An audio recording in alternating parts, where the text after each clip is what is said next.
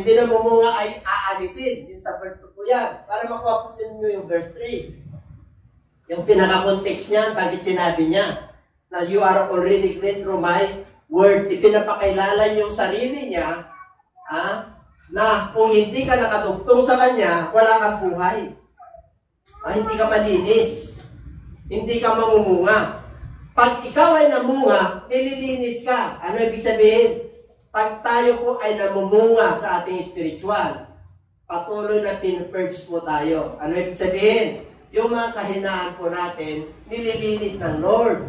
Yung mga kahinaan po natin, yung mga kasalanan noon, habang tayo po ay sumusunod, nililinis ng Lord para lalo tayo mamunga. Mamunga saan?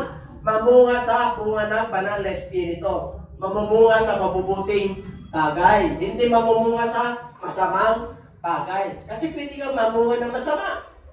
Tama? Kasi kaya sabi ng Bible, kailanman ang puno ng masama ay hindi nagbubunga ng mabuti. Kaya pag ikaw ay nakadugtong sa puno, kay Jesus Christ, siyempre po mabuting puno yun, tayo po naman ay nasa sanga. Kaya mamumunga po tayo ng mabuti. Amen? Tingnan mo nga kung mabuti yung bunga ng katabi mo. Yan. Minsan lang, medyo may kahinaan yan kasi nabibigla kaya napapamura. Nabibigla lang. Excuse me. Lord, tawad ko. Kasi pinalakihan ko ng pagmumura. Diba? Pero yung kanon, meron talagang lahing nagmumura. Yung pinalakihan na nila, yung sa pamilya. Diba? Normal na lang sa kanila yun. Pero nung ikaw ay naliwanagan, talaga na-convict ka. Ayaw mo na. Amen? Ayaw mo na rin magsinungaling. Bakit? Kasi normal na magsinungaling sa atin nun eh. Ngayon, pag nagsinungaling tayo ngayon, nga pala, no? Diba? May pera ka ba dyan? Wala. Meron, kasi may massage ka eh. Meron, kailangan hindi sumasapat. Nakuha nyo? Kailan maganda yung wala dito. Kasi meron. Nakuha nyo yung ibig ko sabihin? Abay, pag nasa Pangasinan ka, wala dyan. Meron. Tinanong ko lang kayo kasi Tagalog ko yung sinabi ko. Pero kayo kasi wala. Ayaw nga pala. Ang wala pala sa Pangasinan meron. Pero hindi nyo pa rin nakuha. Hindi tayo nagkakaintindihan. Malalim ba yun? Hindi naman malalim. Parang seryoso kayo. Wala pa ka natin. Because of the word. Dahil itong sinasabi ko sa inyo, written word ito, itong word na ito, buhay, sa pamagitan ng aking salita, nilikha ang mundo, let there be light. Kaya manampalataya ka ron. Sa sinasabi ko kasi buhay si Kristo ron. O mga Hudyo po yan, wala tayo ron. Kaya sabi ng Lord, mas mapalad yung mga nananalig sa akin o nananampalataya sa akin na hindi ako nakita. Kaya sabi mo siya, katabi, mapalad ka pala.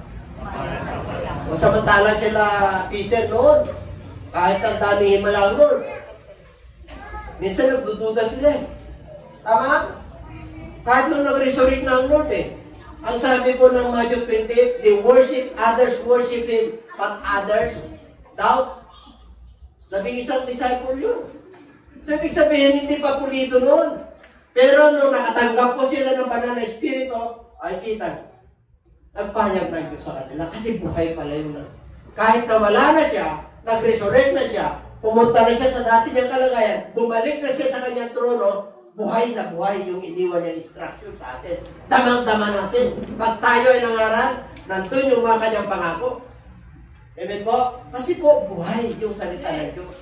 Dapat ganun din po tayo. Na pag tayo po nagbabasa, yung salita niya, kinakausap niya tayo. Bakit hindi niya nangusap ang Lord? Kasi balisa po tayo. Natatabunan po tayo yung mga bagay dito. Pero kung maliwanag lang po na may panahon po tayo na magmuni-muni ng kanyang salita araw at gabi, ay maliwanag po. Maliwanag yung tatahagin po natin. Yung ating nilalakaran, yung goal po natin, pagamat minsan sumasablay, pero kadalasan maayos. Sumasablay man, tinuturuan tayo ng Diyos na magiging maayos. May karanasan po tayo para hindi na natin balikan yung ating mga mistake. Kasi natural lamang naman na minsan nagkakamali tayo sa desisyon po natin. Natural lang po yun. Amen po, sa dami ng pagpipilian natin. Buksan mo yung mga vlogger. Buksan mo yung mga TikTok. Dami ka ng pagpipilian eh. Diba? Buksan mo ngayon yung mga Instagram mo. Dami! Eh ngayon, nakalimutan mo na yung sarili mo. Ano decision mo? Pupunta ka ngayon sa Word of God kasi mananampalataya ka. Yon ang pinaka-common denominator mo. Yon yung magbibigay sa iyo ng gabay ng Lord. At kung sakali man ganun po tayo, abayayaan mo lang na ang Lord na kumilos. Huwag mong pangunahan. Amen? Ang mahirap, nag-pray tayo, nangusap ang Lord sa atin, ay, kailangan ko na eh. Napapangunahan natin. Kailangan sagutin ko na. O, di ba? Yung mga may naliligaw sa inyo, diba? Sagutin ko na kasi talagang ano eh. Siyempre, gwapo eh. Bukod sa gwapo, gandang kabuhayan, okay yan. Mananampalataya ka. Mananampalataya pa. Okay naman yun eh. Pero siyempre, pag gwapo, marami kang kaagaw, di ba? Oh, parang di ka naniniwala.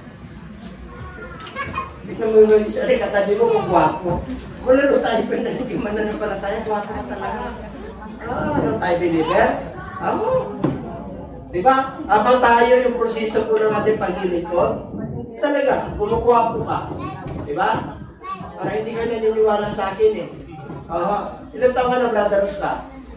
Ilan taon ka na 74, diba? Tipay? Tipay?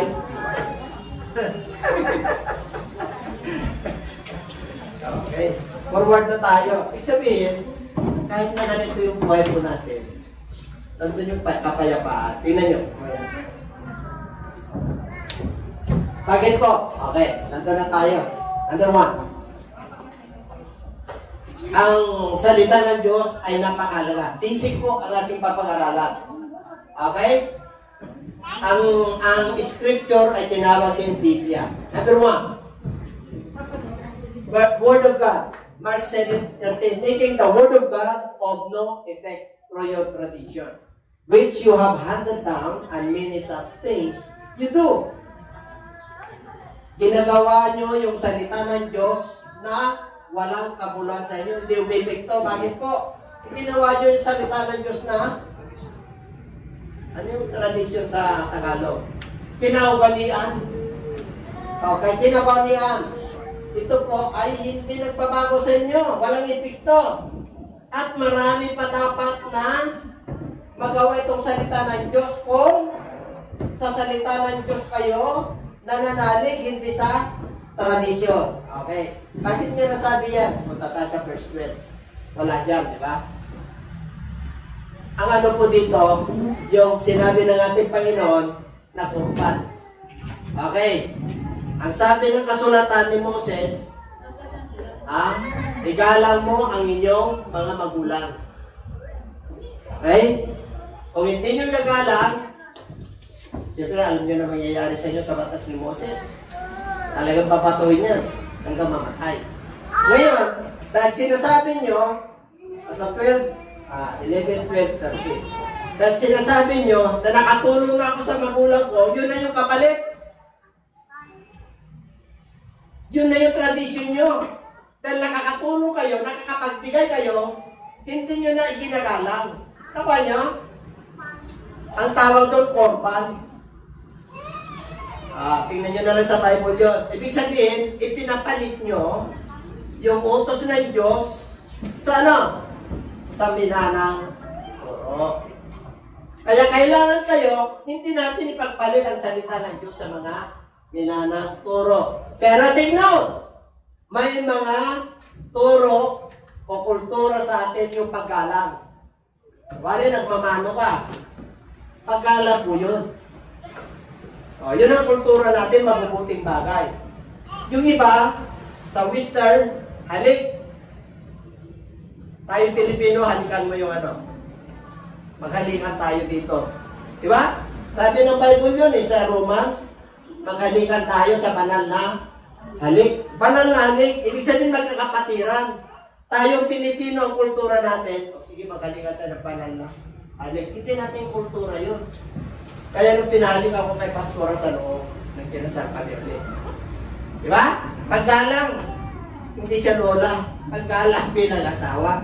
Pangalawang halik, sa kamay. Bahala na kung magaling kung saan. Ayun, halikan pa naman siya dito. Siyempre, hindi naman pwede mag-lips kami ron. Nakuha nyo? Siyempre, merong paggalang, may sa pag-aasawa. Nakuha nyo? Pag mag-asawa kayo, may paggalang. Ano yung sabihin? Ikalang mo yun. I-respect mo yun. Hindi pwede kung asawa mo yan. Magagawa mo ang lahat ang gusto mo. May paggalang. Nakukuha nyo? O, hindi ko na-expound yun. Baka mamaya magalit kayo sa akin. Kayo mga nanonood, baka mamaya hindi na kayo mag-asawa. Maganda. Sa panahon natin ngayon, mayroon pang buhay. Ano pa yung tulad ng salita ng Diyos? Tingnan Diyos, siya ay gabay. Ang salita ng Diyos ay iliwan ng aking paa at liwanag ng aking landas. Okay, love or life. Yan ang Word of God. Yan ang Bible. Yan ang Scripture. Ano pa? Ang salita ng Diyos ay inihantulad sa tabang. Okay. And take the helmet of salvation and the sword of the Spirit, which is the Word of God. Ito po, 16:15, 16 po, on the whole armor of God, that you may able to stand against the wiles of the devil. Ang ibig sabihin, kailangan kompleto ka. Spiritually po, naka-armor tayo. Yung soul natin, naka-armor yan. Dahil mananampalataya ka. Amen po? Ngayon, puro defensive po yan. Shield, ito. Fiery arrows ni Satanas. Ano yung fiery arrows? Problema sa sakit, problema sa kabuhayan, problema sa pamilya, problema sa kapitbahay, problema sa ulam, problema sa ipapakain sa hayop. Dami problema, di ba? Pero mo tatalhin mo lahat yun. Tapos mamaya-maya, bukas, problema ng decor. Tapos problema ng pamana. Ano yung pamana? Tubig. Pero mo yung pamana natin, ang tindi pamana yun. O di ba ang dami problema? Tapos sasabayan mo ngayon na mag-Facebook ng AI. Alam niyo yung AI? Ha? Artificial Intelligence. Naku! Sa Canada, 10.5. Ano yan? Linton. Makikita mo.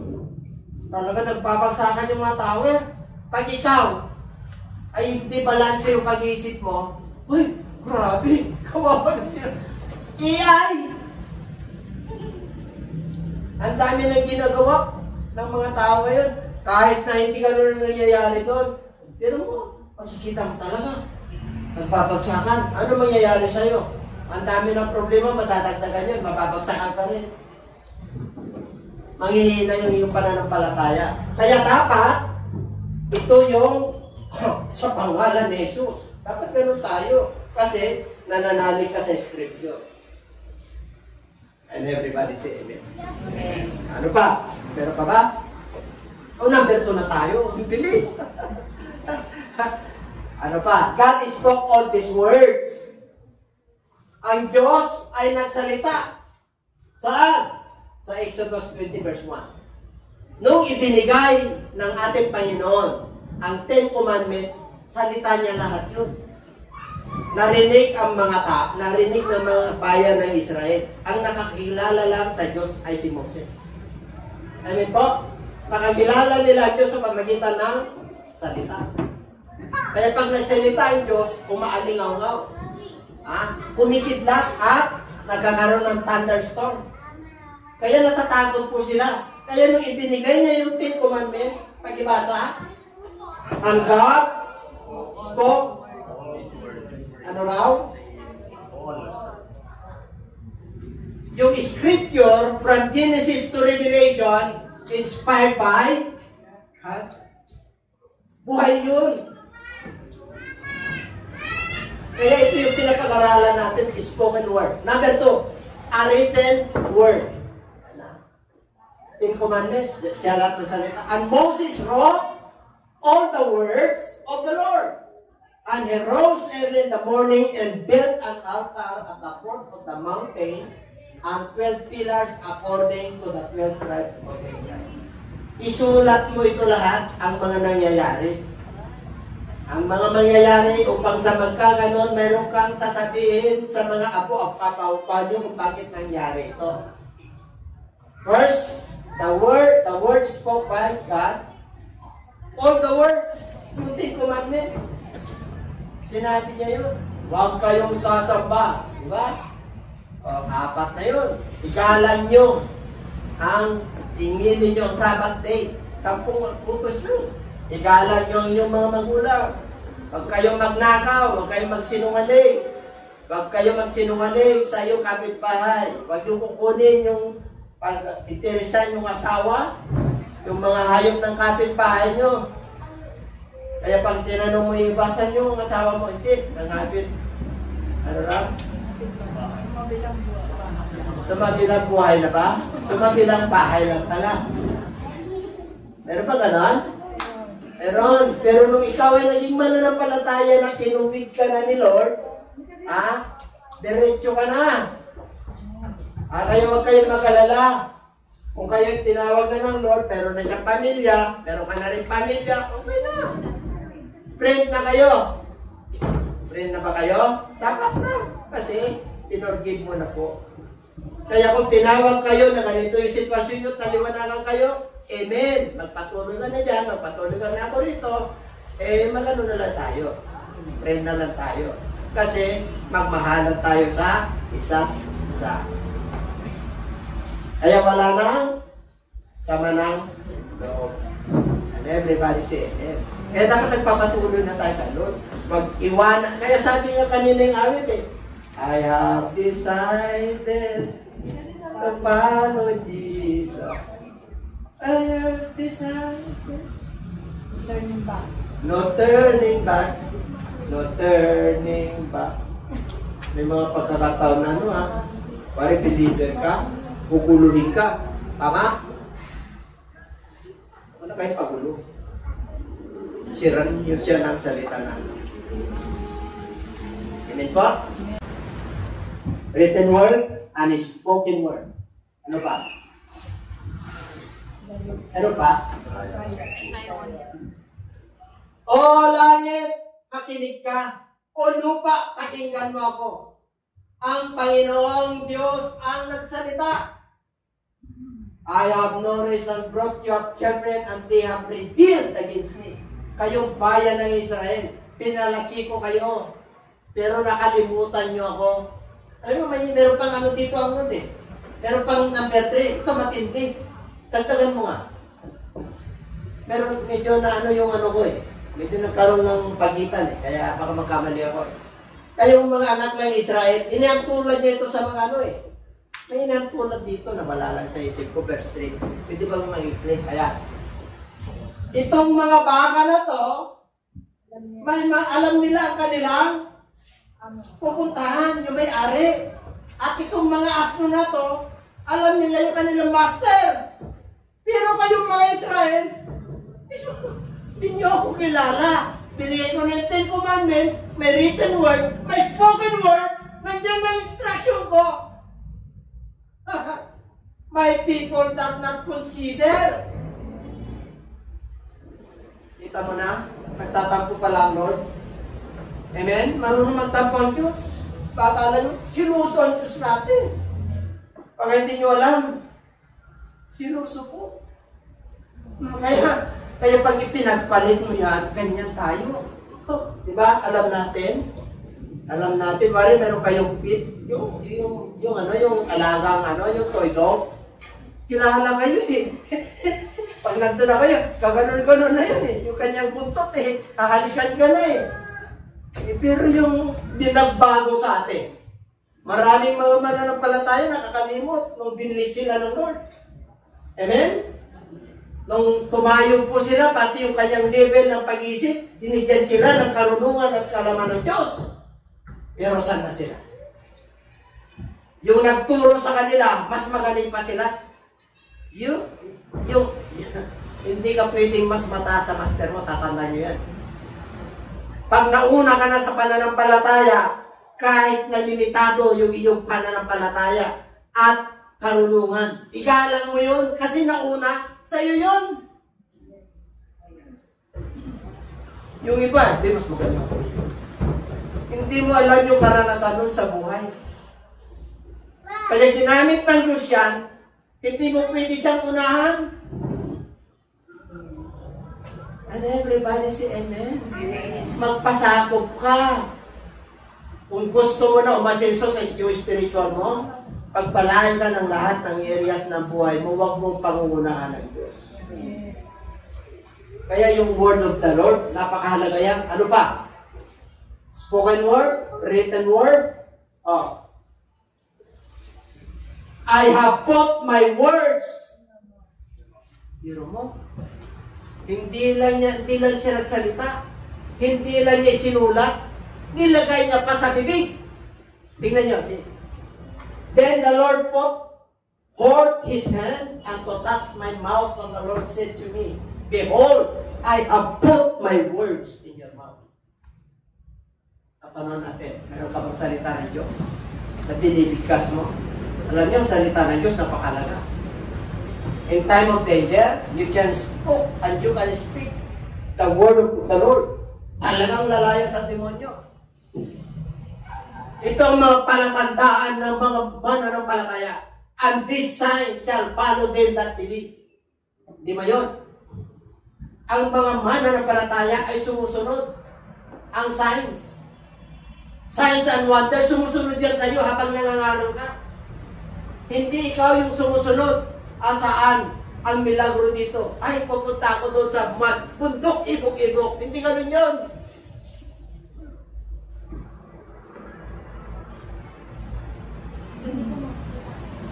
Sa Word of God ka manalig. Yung salita ng Diyos, yung himala ng Diyos susunod sa iyo. Number 1, na palatandaan, 15-16 ng Book of Mark. Basahin nyo na lang yan, mga viewers, mga kapatiran. Ito yung mga palatandaan. Or 16-15. 16-16 yan. Sila ay magsasalita ng iba't ibang wika. Sila ay magpapalayas ng demonyo. Pangatlo, sila ay papandong sa may karamdaman, siya ay kagalit. Pangapat, siya ay kakakatin ng ahas, hindi sila mano. Panglima, sila ay makakainom ng mga lason. Poisonous food, hindi sila mano. Bakit po? Kasi written word, spoken word, salita ng Diyos, nasa iyo. Yun ang palatandaan na ikaw ay anak na. Aliwanag po? Huwag nyo naman gagawin na i-challenge ang Lord. Ay, palatandaan, Panginoon, may ahas na kobra doon, siya nakunta. Sabi mo, Lord, hallelujah, praise the Lord, di ko makain ng chicken yun. Anaconda! Sige nga, don't challenge the Lord. Ano ibig sabihin? Huwag mong tuktuhin ang Panginoon mong Diyos. Ililigtas ka lang ng Lord, ha? Pag wala kang kamalay-malay, sinusundan ka ni Anaconda. Hindi siya makabuka. Bakit? May gwardiya ka. Pero kung sasadya nyo, Anaconda, i-challenge ka. Kasi sinabi ng Lord, tapos ka. Maraming mga mananampalataya na lack of knowledge. Hindi balanse ang kanilang pananampalataya. Wari nasa barko ka. Nasa barko ka. Nag-cross kayo ng mag-asawa. Dumating ang bagyo. Dumating ang Titanic. Sabi ng kapitan, ang laging ice, parang bundok na ice, mababanggat tayo. Hindi na natin makontrol. O, mananampalataya ka, anong gawin mo? Itay mo na lang. Gamitin mo na yung pananampalataya mo. Sa pangalan ng Panginoon Hesus. Walang imposible sa'yo. Panginoon, sa kamay mo, inabiling ko yan. Kaya mo, pahintuin itong barko na to. Magtaka pa yung kapitan. Sino Kristiyano dito? Para si Jonas, binabagyo sila.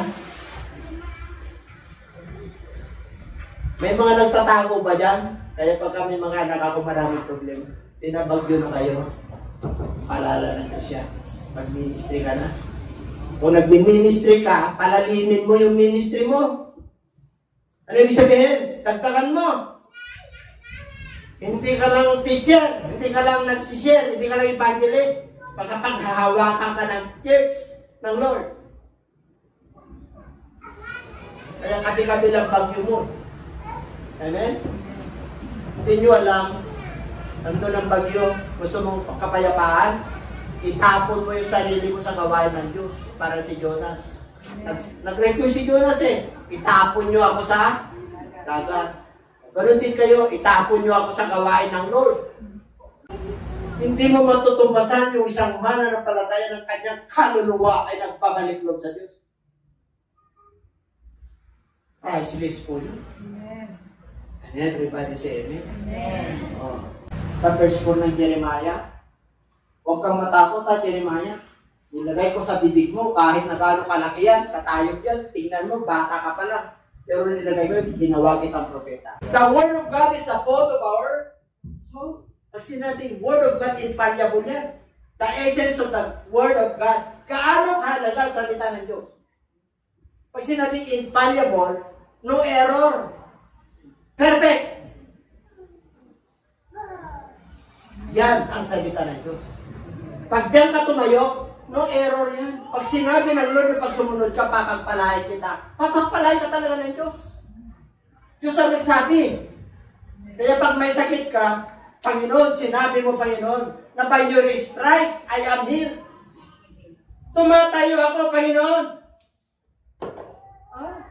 Kahit na naghihingalo ka na, tingnan mo, bubuhayin ka ng Diyos. Pero sabihin mo, Panginoon, wala na talaga. Man shall not live by bread alone, but by every word, bawat kataga, napakahalaga yan. Pag tinayuan mo yan, mangungusap ang Diyos sa'yo. Amen? Tayuan mo yan. Kikilos ang Lord. The breath of God. Pero mo mga kapatid, yung patay mabubuhay. Yung may cancer, kagaling. Yung sama ng ugali, maliliwanagan. Magbabago. Antindi mo. Eh, sino tayo para magbago sila? Kasama lang natin ang Lord na nanalig tayo sa kanya salita. Amen. Kaya pag may problema ka, diyan ka magano. Lord, tugtungan mo ang aking buhay. Tutugtungan talaga ng Lord. Pero pag hindi ka nakasunod sa Lord, kahit sabi mo, Lord, tugtungan mo ang aking buhay. Kung na kita, baka magkasala ka din. Magkasala ka pa. Pero pag may mission ka sa buhay, amen? Sino ang gusto ng 70 years old? Diba? Sino gusto ng 80? Sino gusto ng 90? 100?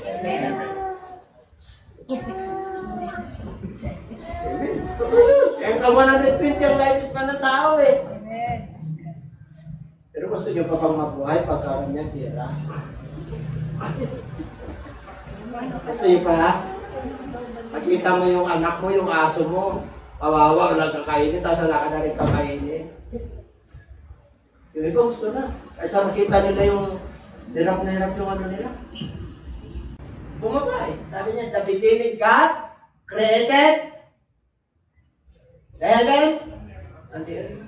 Galing sa langit ang salita ng Diyos. Bumaba. Nung nagsalita, and let there be light. That is the written word. Ay, mga kapatid, pag mayroon tayo nito lahat, pag sinabi ko sa inyo na, tayo ang gusali ng iglesia dyan. Tayo talaga. Kayo, papagpalain kayo lahat ng Lord. Yung mga walang trabaho, magkaroon kayo. Yung mga kulang at salat, sigit, ginawin natin eh. Ano yung ginawin natin? Sapat na at higit pa. The Lord is my shepherd, I shall lack nothing. He leadeth me in paths of righteousness. He leads me beside the still waters. He restoreth my soul.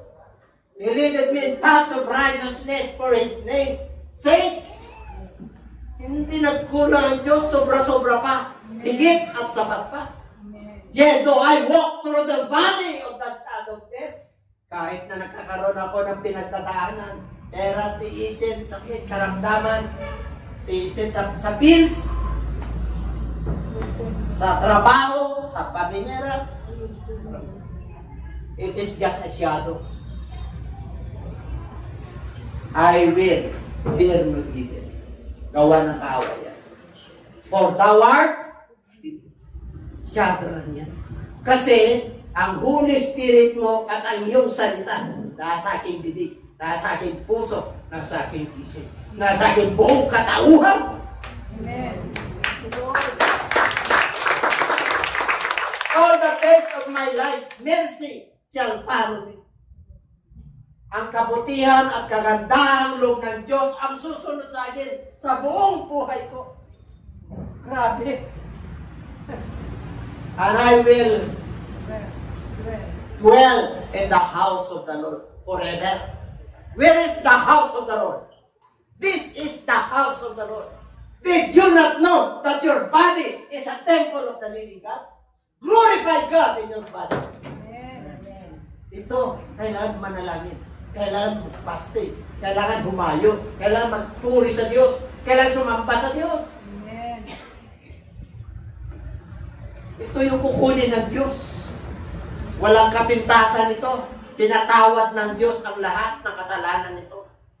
Binago ng Lord. Amen. Kaya nagkaroon tayo ng buhay na kasiyasiya at ganun.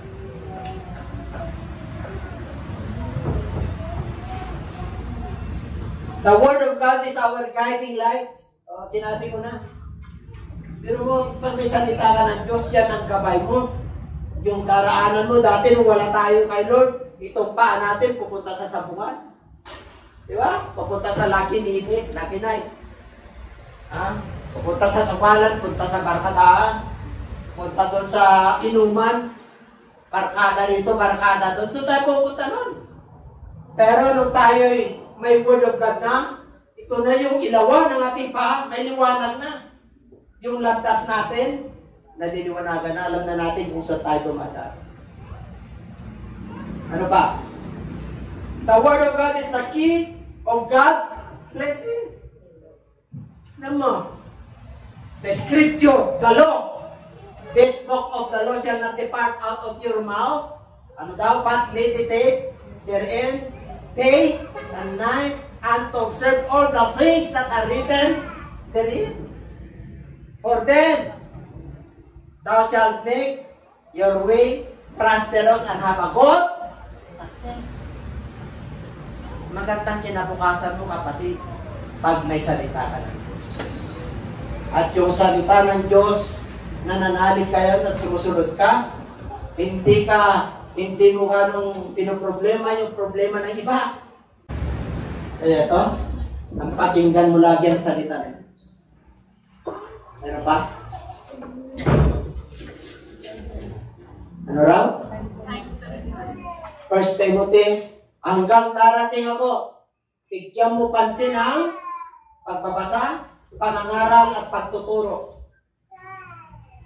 Hanggang tumating ako riyan, huwag mong lubayan yan. Reading, research, remember, and reflect His Word. Ano pa? Search the Scripture. You search the Scriptures, for in them you think you have eternal life. And these are they which testify. Did you search the Scripture? Magsikap ka. Ano? Present yourself approved to God. Study to shoot yourself. Magsikap ka. A worker who does need to be ashamed. Rightly dividing the Word of God. Alam mo, pag may Word of God ka, you will never be ashamed. Paliwalang pananampalataya mo kung nakikinig ka lang. Kailangan ihakbang mo. Pag sinabi na Lord na papagpalain kita, ibibigay mo yung ganito, ibigay mo. Kasi salita ng Diyos yun. Amen po? Huwag mo i-complain kung gusto mo lang pagpalain. Kung ayaw mo, bahala ka. Kasi dalawa lang ang tatanda natin. Pagpapala at sumpa. Diyos at dilim. Liwanag at dilim. Kailan naman pagpipilian natin eh. Masama at mabuti. Yun lang. O kaya, doers of the word na po tayo. Ano pa? Wala na. Wala na? Mayroon pa. Ito, bonus. Spoken, written word, nasa bibig, study, ano pa? Ilagay mo ang Revelations 1:3. Bonus. Bonus ito ah. May 13 months to ah. May 14 months. Hindi, alam niyo pag nag-bonus ang Lord, di ba? Amen. Mapalad ang bumabasa sa mga salitang ito at nakikinig sa mga hulang na nakalito at sumusunod sa lahat ng mga bagay na nakasulat dito sapagkat malapit ng Ganap. maganap. Kaya dito po, kapalad sa dito. Palas. Bumabasa, ikinig at sumusunod. At palahin tayo lahat ng ating